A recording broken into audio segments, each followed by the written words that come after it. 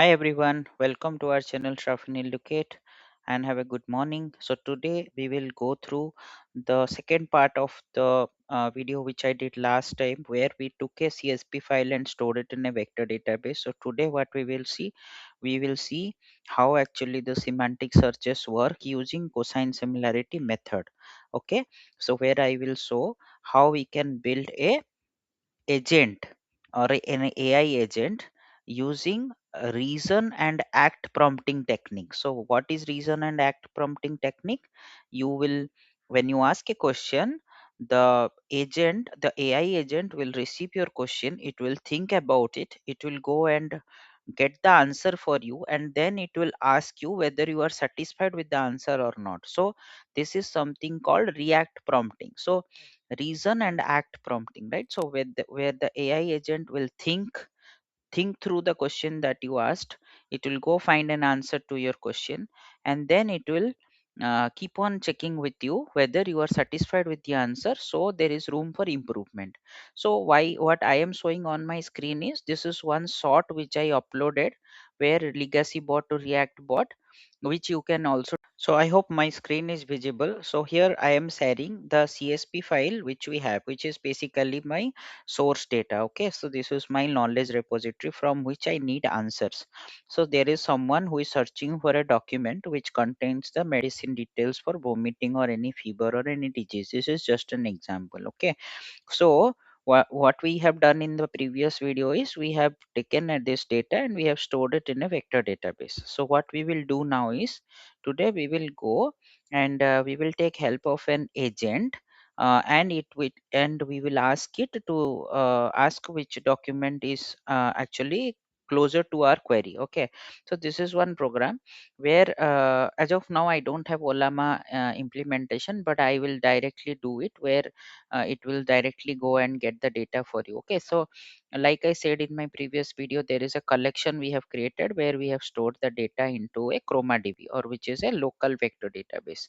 Okay, and then if we just start the processing, we are calling a run agent method. So what this run agent method is doing, so run agent method, what it is doing is it is basically going to start a local agentic application. Okay, and then it will first ask what medical information you are looking for, and when you will prompt like I am looking for a document related to fever, then what it will do, it will go ahead and search in the database for the but for that particular information.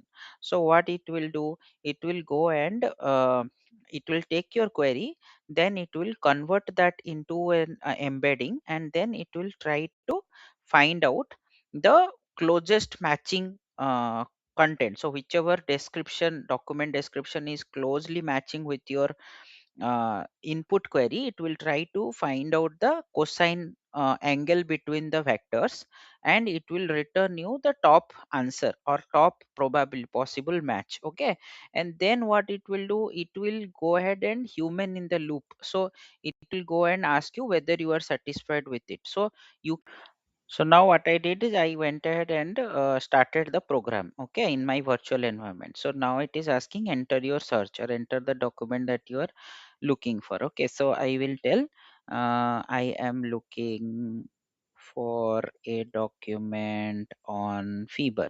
Okay, so this is my query.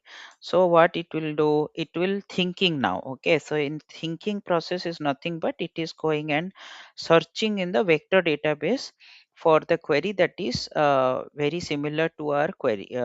Okay, so see, it came back saying that it is finding the document id 222, and the content or description is looks, and then it is saying that 66% it is matching with my query. So now if I see, there is yes, so the 2222 is actually a fever related document. So now if I say no, then let's see what it is doing. It is actually finding the second match. Okay, and you can see that went ahead and it searched and it returned me the last document where also has fever is the content, right? So now I will say okay, I am satisfied with the answer. So if I just enter yes, then it will say that it went ahead and closing the loop. Okay, then the program is closed. So this is a very simple example of how you can upload your